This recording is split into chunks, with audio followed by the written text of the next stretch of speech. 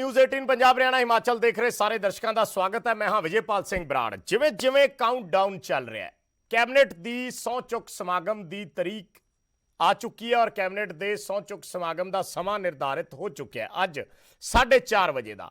पर जिवें जिवें ये काउंटडाउन चल रहा है उवें उवें कांग्रेस के विच नवे नवे घटनाक्रम नज़र आ रहे हैं। कांग्रेस के विच हले जिहड़ा कुर्सियां नूं लैके छिड़िया घमासान सी, वो बादस्तूर जारी है। भावें लिस्ट बन चुकी है, लिस्ट आउट हो चुकी है, असी सारे नाम दस चुके कैबिनेट के, पर उसके बावजूद हुण उन्हां नावां नूं कटवाउण दे लई कशमकश चल रही है। वो कशमकश की है असी तुहानूं एक एक करके दसदे हां।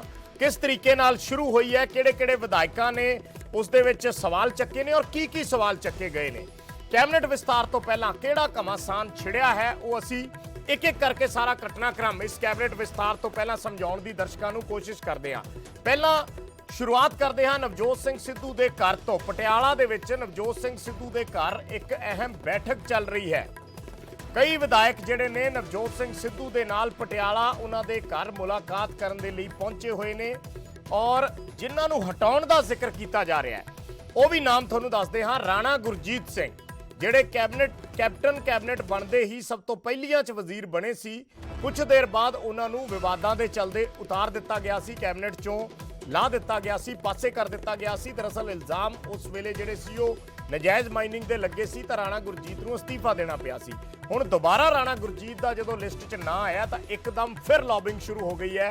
फिर विधायकों ने राणा गुरजीत नूं रोकण दे लई अपनी पूरी वाह लाउणी शुरू कर दी है। नवजोत सिंह सिद्धू दे घर दियां असीं एक्सक्लूसिव तस्वीरां दिखा रहे हां ते चीमा नज़र आ रहे ने। होर भी कई विधायक ने जिहड़े नवजोत सिंह सिद्धू नाल मुलाकात करन दे लई पहुंचे ने। दुआबे दे कई विधायक ने जिन्होंने नवजोत सिंह सिद्धू नूं एक चिट्ठी लिखी सी माइनिंग केस का। उससे माइनिंग केस का हवाला दिता गया सी जिस माइनिंग केस दे चलदे राणा गुरजीत नूं अपनी कैबिनेट की कुर्सी तो अस्तीफा देना पिया सी। हुण फिर वो माइनिंग केस जिहड़ा है उसकी चर्चा होण लगी है और कांग्रेस दे विच ही होण लगी है। ये बाहरों किसी ने मुद्दा नहीं चक्या, कांग्रेस दे विच ही इस चीज़ नूं लैके लड़ाई छिड़ पई है और माइनिंग केस का हवाला दे के राणा गुरजीत नूं मंत्री ना बनाउण दी मंग की जा रही है। 2018 का ये गल है जदों राणा गुरजीत नूं कैप्टन कैबिनेट चों हटाया गया सी।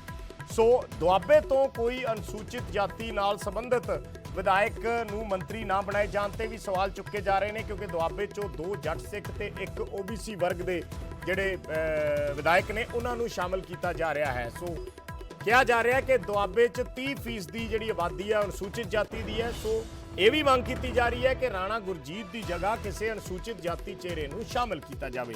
सो इस तरीके का विवाद जिहड़ा है वो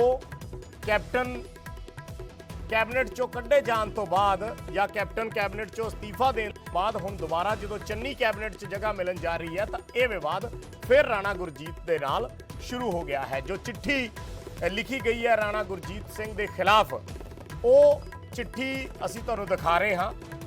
टीवी स्क्रीन ते साइड ते तुसीं वो देख सकते हो। राणा गुरजीत नूं कैबिनेट च शामिल किए जाण बारे सवाल किए जा रहे हैं। वो चिट्ठी असी तुहानूं दसदे हाँ कि उस चिट्ठी दे विच की लिखिया गया और किस तरीके नाल विरोध किया गया है राणा गुरजीत सिंह दा उन्हां नूं हटाए जाण नूं लैके। चिट्ठी दरअसल असी दसदे हां उस दे विच की लिखिया है। चिट्ठी च लिखिया गया है कि असी बतौर विधायक नवजोत सिंह सिद्धू नूं ये चिट्ठी जिहड़ी है ये एड्रैस की गई है और इस चिट्ठी दे विच लिखिया गया असी टीवी स्क्रीन ते भी दिखा रहे हाँ कि असी बतौर विधायक अते दुआबे दे लीडर राणा गुरजीत नूं मंत्री बनाउण करके लोकां 'च फैले रोस नूं तुहाडे तक पहुंचाउणा चाहुंदे हां। राणा गुरजीत नूं माइनिंग घोटाले करके 2018 च कैबिनेट चों हटाया गया सी। पंजाब सरकार ने 3 खड्डां दी नीलामी समय राणा गुरजीत दी कंपनी वालों 25 करोड़ की देणदारी का पर्दाफाश किया सी। असी हैरान हाँ कि राणा गुरजीत नूं कैबिनेट च शामिल क्यों किया जा रहा है, क्योंकि उन्होंने उपरोक्त दोषां कारण जनवरी 2018 च हटा दिता गया सी। असी पूरा चिट्ठी का मजमून पढ़ के दस रहे हाँ। अगे लिखिया चिट्ठी दे विच किसी अदालत या सरकार तो उन्होंने कोई क्लीन चिट भी नहीं मिली है।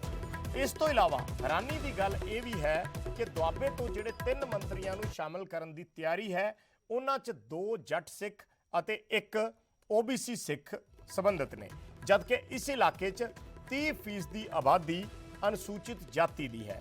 इसलिए असी सारे अपील करते हाँ कि आगामी विधान सभा चोणां के मद्देनज़र ਰਾਣਾ ਗੁਰਜੀਤ ਦਾ ਨਾਮ ਤੁਰੰਤ ਪ੍ਰਭਾਵ ਨਾਲ ਹਟਾ ਕੇ ਉਹਨਾਂ ਦੀ ਥਾਂ ਕਿਸੇ ਬੇਦਾਗ ਅਨੁਸੂਚਿਤ ਜਾਤੀ ਚਿਹਰੇ ਨੂੰ ਕੈਬਨਿਟ 'ਚ ਸ਼ਾਮਲ ਕੀਤਾ ਜਾਵੇ। ਜਿਨ੍ਹਾਂ ਵਿਧਾਇਕਾਂ ਵੱਲੋਂ ਇਹ ਚਿੱਠੀ ਲਿਖੀ ਗਈ ਆ ਉਹਨਾਂ ਦੇ ਨਾਮ ਲਿਖੇ ਗਏ ਨੇ ਥੱਲੇ ਨਵਤੇਜ ਸਿੰਘ ਚੀਮਾ, ਬਲਵਿੰਦਰ ਧਾਲੀਵਾਲ, ਬਾਵਾ ਹੈਨਰੀ, राजकुमार ਚੱਬੇਵਾਲ और सुखपाल सिंह खैरा और पवन आदिया। ये 6 विधायक ने जिन्हां दे नाम लिखे गए ने इस चिट्ठी दे विच और चिट्ठी असीं तुहानूं सारी पढ़ के दसी है कि उस दे विच की लिखिया गया। मोटे तौर ते राणा गुरजीत नूं पुराने माइनिंग दे दोषां तहत हटाउण दी या उहनूं कैबिनेट विच ना लैण दी मंग रखी गई है इस चिट्ठी के जरिए।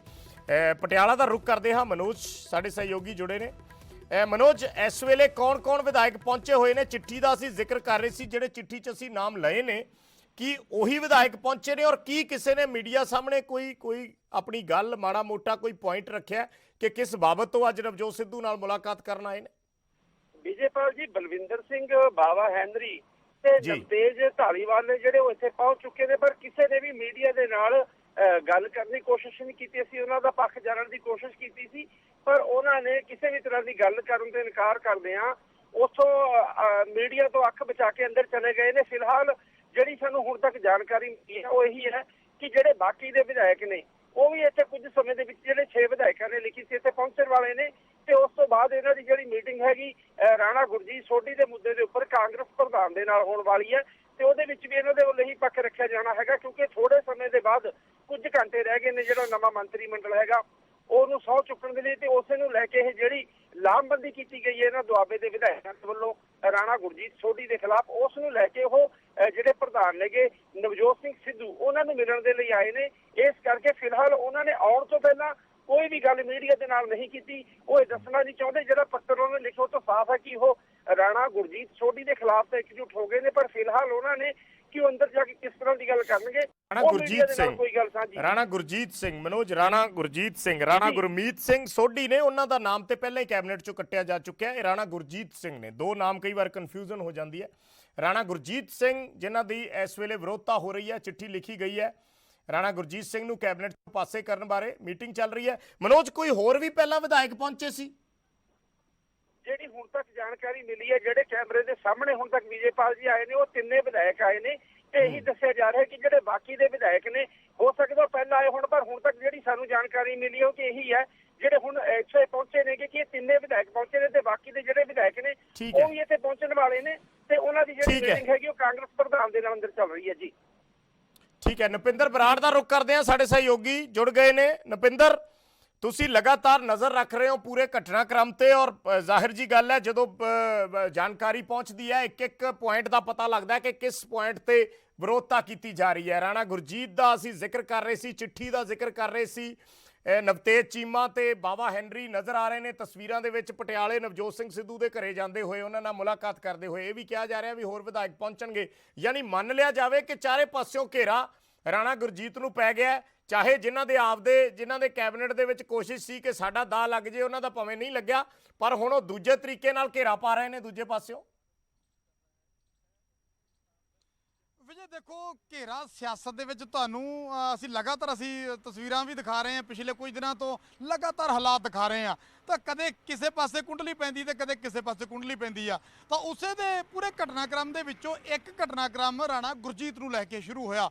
ਦੇਖੋ, ਰਾਤ ਤੱਕ ਹਾਲਾਤ ਕੁਝ ਅਲੱਗ ਸੀ। ਕੱਲ ਰਾਤ ਤੱਕ ਤਸਵੀਰ ਬਿਲਕੁਲ ਸਾਫ਼ ਸੀ, ਫਾਈਨਲ ਹੋ ਚੁੱਕੀ ਸੀ ਲਿਸਟ, ਔਰ ਰਾਤ ਜਿਸ ਵੇਲੇ ਨਿਊਜ਼ 18 ਨੇ ਸਭ ਤੋਂ ਪਹਿਲਾਂ ਦੱਸਿਆ ਕਿ ਭਾਈ ਅਜੇ ਸ਼ਾਂਤ ਰਹੋ, ਅਜੇ ਇੱਕ ਨਾਮ ਫਿਰ ਬਦਲਿਆ ਜਾ ਸਕਦਾ। ਰਾਤੀ ਅਸੀਂ ਦੱਸ ਦਿੱਤਾ ਸੀ ਕਿ ਇੱਕ ਨਾਮ ਬਦਲਣ ਦੀ ਤਿਆਰੀ ਆ। ਹੁਣ ਉਹੀ ਕਵਾਇਦ ਚੱਲ ਰਹੀ ਆ। ਉਸ ਕਵਾਇਦ ਦੇ ਵਿੱਚ ਰਾਤੀ ਸਾਡੇ ਕੋਲੇ 2 ਨਾਮ ਸੀ। ਉਹਨਾਂ ਦੋਨਾਂ ਨਾਮ ਤੋਂ ਬਿਨਾਂ ਰਾਣਾ ਗੁਰਜੀਤ ਦਾ ਨਾਮ ਉਹਨਾਂ ਦੋਹਾਂ ਨਾਮਾਂ ਤੋਂ ਵੱਖਰਾ। ਅੱਜ ਦਿਨ ਚੜ੍ਹਦੇ ਤੀਜਾ ਨਾਮ ਰਾਣਾ ਗੁਰਜੀਤ ਦਾ ਵੀ ਸਾਹਮਣੇ ਆ ਗਿਆ। ਪਰ ਕਹਾਣੀ ਇਹ ਹੈ ਕਿ ਰਾਣਾ ਗੁਰਜੀਤ ਵੀ ਦੇਖੋ ਸੱਤਾ ਦੇ ਪੂਰੇ ਮਜ਼ਬੂਤ ਖਿਡਾਰੀ ਨੇ। ਰਾਣਾ ਗੁਰਜੀਤ ਦੇ ਹੁਣ ਆਪਾਂ ਖਾਤੇ ਦੀ ਗੱਲ ਕਰ ਲਈਏ ਤਾਂ ਰਾਣਾ ਗੁਰਜੀਤ ਦੇ ਖਿਲਾਫ ਜਿਸ ਤਰ੍ਹਾਂ 7 ਸ਼ਖਸ ਨੇ, 7 ਸੀਨੀਅਰ ਕਾਂਗਰਸੀ ਆਗੂ ਨੇ, ਉਹਨਾਂ ਨੇ ਇੱਕ ਸਾਬਕਾ ਪ੍ਰਧਾਨ ਵੀ ਨੇ, ਉਹਨਾਂ ਨੇ ਜਿਹੜੀ ਚਿੱਠੀ ਲਿਖੀ ਆ, ਹੁਣ ਉਹਨਾਂ ਦੇ ਵਿੱਚੋਂ ਇੱਕ ਵੱਡਾ ਪੇਚ ਹੋਰ ਸਾਹਮਣੇ ਆ ਗਿਆ। ਵਿਜੇ, ਹੁਣੇ ਥੋੜ੍ਹੀ ਦੇਰ ਪਹਿਲਾਂ ਸਾਡੀ ਖੁਦ ਦੀ ਗੱਲ ਹੋਈ ਹੈ, ਮੇਰੀ ਖੁਦ ਦੀ ਇਸੇ ਲਿਸਟ ਦੇ ਵਿੱਚੋਂ ਇਹਨਾਂ 7 ਦੇ ਵਿੱਚੋਂ ਇੱਕ ਦੇ ਨਾਲ ਗੱਲ ਹੋਈ, ਹਾਲਾਂਕਿ ਜ਼ਿਆਦਾਤਰ ਗੱਲ ਕਰ ਵੀ ਨਹੀਂ ਰਹੇ, ਪਰ ਇੱਕ ਨਾਲ ਸਾਡੀ ਗੱਲ ਹੁਣੇ ਹੋਈ ਹੈ। ਕਿਹਦੇ ਨਾਲ ਹੋਈ ਹੈ? ਪਵਨ ਕੁਮਾਰ ਆਦੀਆ ਦੇ ਨਾਲ। ਪਵਨ ਕੁਮਾਰ ਆਦੀਆ ਜਿਹੜੇ ਸ਼ਾਮ 84 ਤੋਂ ਵਿਧਾਇਕ ਨੇ, ਇਸ ਚਿੱਠੀ ਦੇ ਵਿੱਚ 6ਵਾਂ ਨਾਮ ਉਹਨਾਂ ਦਾ ਹੈ ਕਿ ਵੀ ਰਾਣਾ ਗੁਰਜੀਤ ਦੇ ਖਿਲਾਫ। ਪਵਨ ਕੁਮਾਰ ਆਦੀਆ ਨਾਲ ਹੁਣੇ ਜਦੋਂ ਸਾਡੀ ਗੱਲ ਹੋਈ ਤਾਂ ਪਵਨ ਕੁਮਾਰ ਆਦੀਆ ਦਾ ਤਾਂ ਬਿਲਕੁਲ ਹੀ ਚੈਨਲ ਚੇਂਜ ਸੀ। ਪਵਨ ਕੁਮਾਰ ਆਦੀਆ ਕਹਿੰਦੇ ਮੈਂ ਕੱਲ ਵੀ ਰਾਣਾ ਗੁਰਜੀਤ ਨਾਲ ਸੀ, ਅੱਜ ਵੀ ਨਾਲ ਹਾਂ ਤੇ ਕੱਲ ਵੀ ਨਾਲ ਹੋਵਾਂਗਾ। ਹੁਣ ਐਸਾ ਉਹਨਾਂ ਨੇ ਕਿਉਂ ਕਿਹਾ, ਜਾਂ ਪਹਿਲਾਂ ਚਿੱਠੀ ਦੇ ਵਿੱਚ ਉਹਨਾਂ ਦਾ ਨਾਮ ਕਿਵੇਂ ਆਇਆ? ਨਾਲ ਹੀ ਉਹਨਾਂ ਨੇ ਐਗਜ਼ਾਮਪਲ ਦਿੱਤੀ, ਕਹਿੰਦੇ ਜੀ ਐਂ ਤਾਂ ਕੋਈ ਵੀ ਕਿਸੇ ਦਾ ਨਾਮ ਲਿਖ ਕੇ ਭੇਜ ਦੂਗਾ ਤਾਂ ਉਹਦੇ 'ਚ ਕੁਝ ਨਹੀਂ ਕੀਤਾ ਜਾ ਸਕਦਾ। ਐਸਾ ਪਵਨ ਕੁਮਾਰ ਆਦੀਆ ਨੇ ਹੁਣ ਤੋਂ 5-7 ਮਿੰਟ ਪਹਿਲਾਂ ਸਾਨੂੰ ਕਿਹਾ ਫੋਨ ਤੇ ਗੱਲਬਾਤ ਦੇ ਵਿੱਚ। ਇਹ ਪਵਨ ਕੁਮਾਰ ਆਦੀਆ ਕਹਿ ਰਹੇ ਨੇ, ਯਾਨੀ ਹੁਣ 7 ਦੇ ਵਿੱਚੋਂ ਰਹਿ ਗਏ 6 ਦੇ ਵਿੱਚੋਂ ਤੁਸੀਂ ਇੱਕ ਸੁਖਪਾਲ ਖਹਿਰਾ ਪੁਰਾਣੇ ਕਾਂਗਰਸੀ ਸੀ, ਪਰ ਉਸ ਤੋਂ ਬਾਅਦ ਛੱਡ ਕੇ ਆਮ ਆਦਮੀ ਪਾਰਟੀ ਦੇ ਵਿਧਾਇਕ ਬਣੇ, ਔਰ ਹੁਣ ਨਵੇਂ ਕਾਂਗਰਸੀ ਦੁਆਰਾ ਬਣੇ ਨੇ ਕੈਪਟਨ ਅਮਰਿੰਦਰ ਸਿੰਘ ਦੇ ਨਾਲ ਜੁੜ ਕੇ। ਔਰ ਸਿੱਧੇ ਤੌਰ ਤੇ ਸਭ ਨੂੰ ਪਤਾ ਹੈ ਕਿ ਸੁਖਪਾਲ ਸਿੰਘ ਖਹਿਰਾ ਤੇ ਰਾਣਾ ਗੁਰਜੀਤ ਦਾ 36 ਦਾ ਅੰਕੜਾ। ਜਦੋਂ ਪਿਛਲੀ ਵਾਰ ਕੈਬਨਿਟ ਦੇ ਵਿੱਚੋਂ ਰਾਣਾ ਗੁਰਜੀਤ ਨੂੰ ਬਾਹਰ ਕੀਤਾ ਗਿਆ ਸੀ, ਉਸ ਵੇਲੇ ਵਿਰੋਧੀ ਧਿਰ ਦੇ ਨੇਤਾ ਸੀ ਸੁਖਪਾਲ ਸਿੰਘ ਖਹਿਰਾ, ਔਰ ਪੂਰੀ ਲੜਾਈ ਉਹਨਾਂ ਨੇ ਲੜੀ ਸੀ। ਤਾਂ ਸਿੱਧੇ ਤੌਰ ਤੇ ਸਪਸ਼ਟ ਹੈ ਕਿ ਰਾਣਾ ਗੁਰਜੀਤ ਦੇ ਸੁਖਪਾਲ ਸਿੰਘ ਖਹਿਰਾ ਕੱਲ ਵੀ ਖਿਲਾਫ ਸੀ, ਅੱਜ ਵੀ ਖਿਲਾਫ ਨੇ ਤੇ ਕੱਲ ਵੀ ਖਿਲਾਫ ਹੀ ਰਹਿਣਗੇ। ਸਿੱਧੇ ਸਿਆਸੀ ਦੁਸ਼ਮਣ ਨੇ। ਦੂਜੇ ਤੁਸੀਂ ਨਵਤੇਜ ਸਿੰਘ ਚੀਮਾ ਸੁਲਤਾਨਪੁਰ ਦੇ ਵਿਧਾਇਕ ਨੇ। ਨਵਤੇਜ ਸਿੰਘ ਚੀਮਾ ਲਗਾਤਾਰ ਰਾਣਾ ਗੁਰਜੀਤ ਦੇ, ਕਿਉਂਕਿ ਇਲਾਕਾ ਇੱਕ ਹੈ, ਰਾਣਾ ਗੁਰਜੀਤ ਦੇ ਨਾਲ ਸਿੰਘ ਫਸਦੇ ਆਏ ਨੇ। ਨਵਤੇਜ ਚੀਮਾ ਲਗਾਤਾਰ ਉਹਨਾਂ ਦੀਆਂ ਸ਼ਿਕਾਇਤਾਂ ਕਰਦੇ ਰਹੇ ਕਿ ਮੇਰੇ ਹਲਕੇ ਦੇ ਵਿੱਚ ਦਖਲਅੰਦਾਜ਼ੀ ਆ, ਮੇਰੇ ਇਲਾਕੇ ਦੇ ਵਿੱਚ ਦਖਲਅੰਦਾਜ਼ੀ ਆ।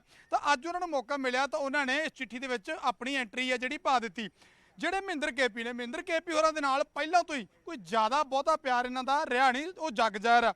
ਹੁਣ ਅੱਗੇ ਬਾਵਾ ਹੈਨਰੀ ਦੇ ਪਿਤਾ ਅਵਤਾਰ ਹੈਨਰੀ ਹੋਣੀ ਔਰ ਮਹਿੰਦਰ ਕੇਪੀ ਹੋਣੀ, ਇਹ ਬਿਲਕੁਲ ਇੱਕ ਦੂਜੇ ਦੇ ਕਲੋਜ਼ ਰਹੇ ਨੇ। ਤਾਂ ਇਹ ਵੀ ਤਸਵੀਰ ਸਾਫ਼ ਹੈ ਕਿ ਇਹਨਾਂ ਨੇ ਉੱਧਰ ਖੜਨਾ।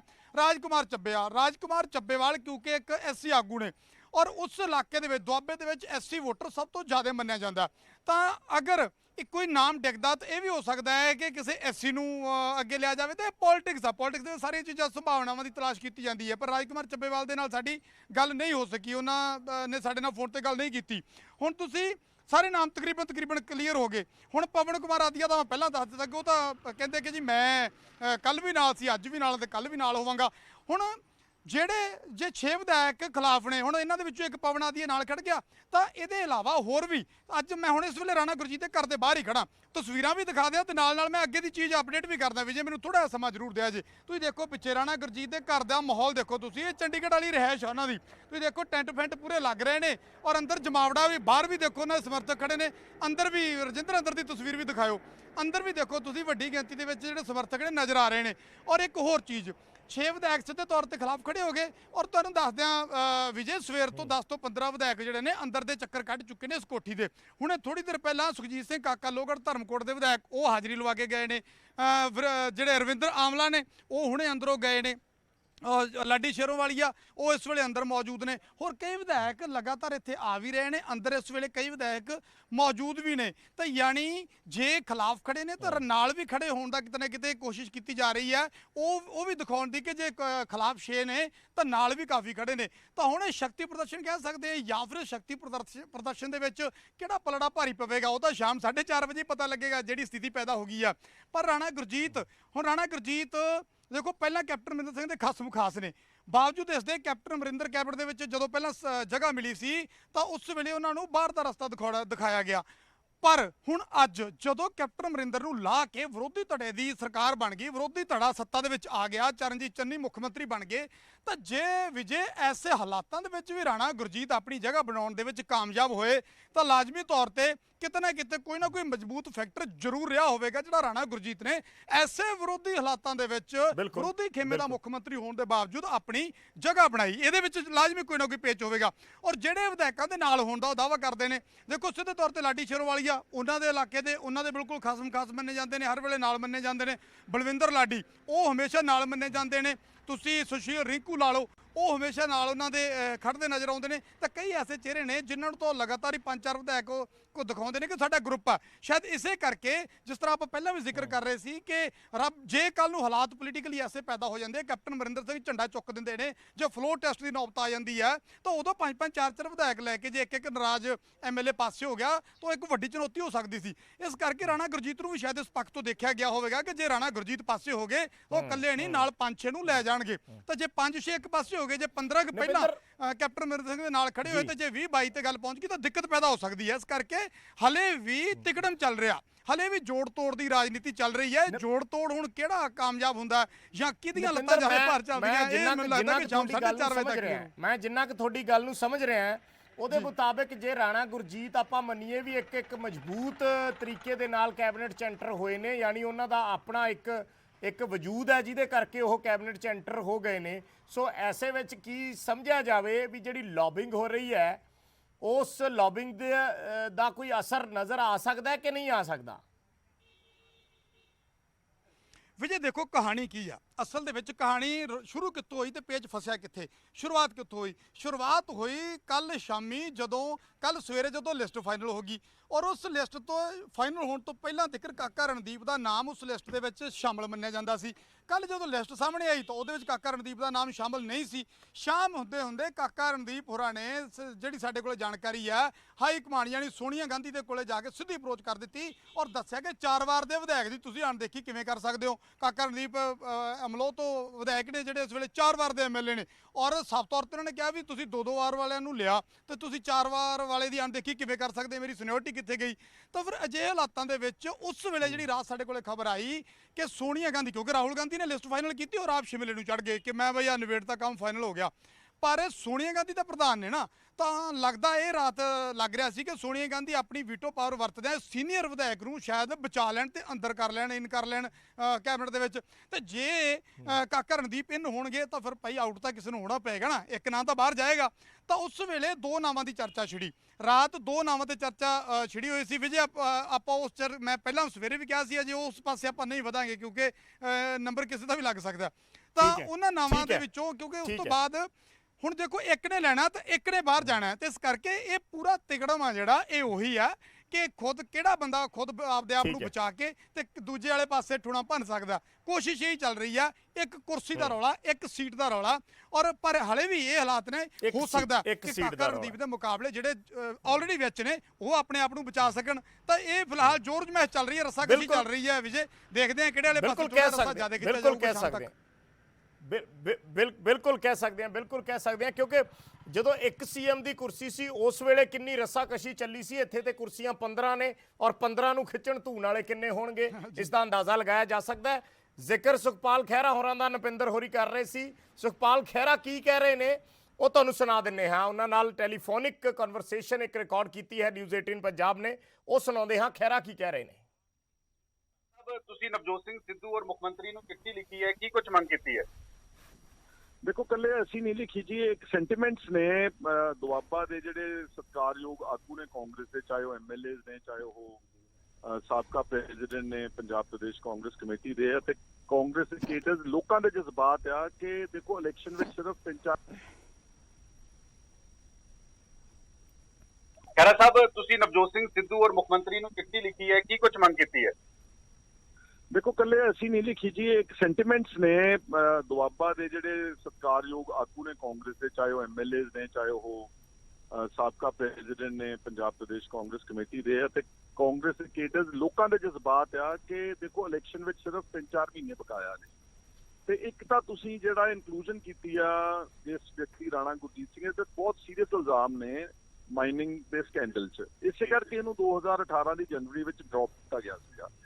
ਉਸ ਵਿਅਕਤੀ ਨੂੰ ਹਾਲੇ ਤੱਕ ਕਿਸੇ ਤਰ੍ਹਾਂ ਦੀ ਕਿਸੇ ਅਦਾਲਤ ਵੱਲੋਂ ਜਾਂ ਕੋਈ ਸਰਕਾਰ ਵੱਲੋਂ ਕੋਈ ਕਲੀਨ ਚਿੱਟ ਨਹੀਂ ਮਿਲੀ।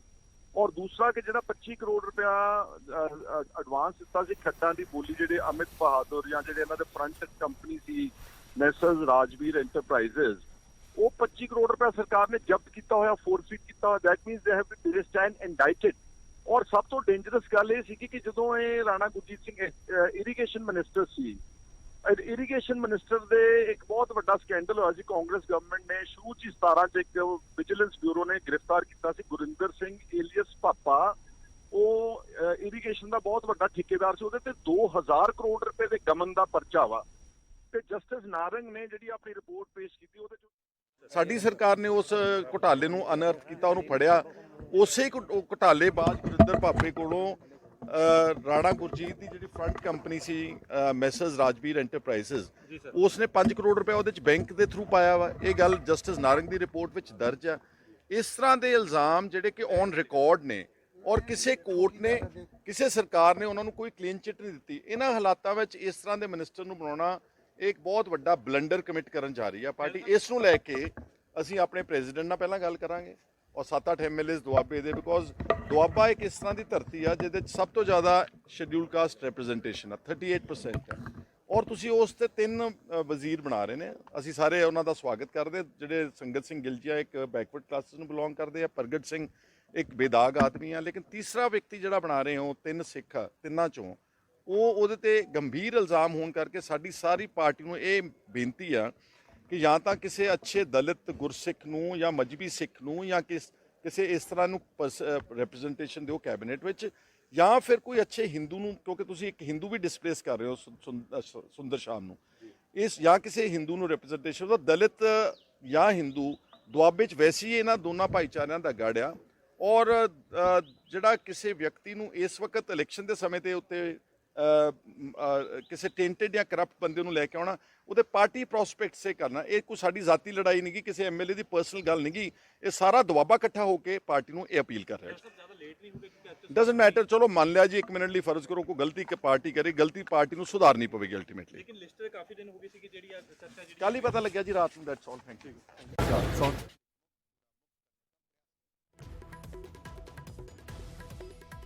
ਨੂੰ ਕੈਬਨਿਟ 'ਚ ਨਾ ਲੈਣ ਦੀ ਗੱਲ ਕਹਿ ਰਹੇ ਨੇ। ਉਹਨਾਂ ਨੇ ਕਿਹਾ ਹੈ ਕਿ ਇਹ ਦੁਆਬੇ ਦੇ ਵਿਧਾਇਕਾਂ ਦੇ ਸੈਂਟੀਮੈਂਟਸ ਨੇ ਔਰ ਉਹਨਾਂ ਨੇ ਆਪਣੀ ਗੱਲ ਜਿਹੜੀ ਹੈ ਉਹ ਅੱਗੇ ਤੱਕ ਪਹੁੰਚਾਉਣ ਦੀ ਕੋਸ਼ਿਸ਼ ਕੀਤੀ ਹੈ ਕਿ ਰਾਣਾ ਗੁਰਜੀਤ ਹੋਰਾਂ ਤੇ ਜਿਸ ਤਰੀਕੇ ਦੇ ਇਲਜ਼ਾਮ ਲੱਗੇ ਨੇ ਉਸ ਲਿਹਾਜ਼ ਨਾਲ ਰਾਣਾ ਗੁਰਜੀਤ ਨੂੰ ਕੈਬਨਿਟ 'ਚ ਜਗ੍ਹਾ ਦੇਣਾ ਠੀਕ ਨਹੀਂ।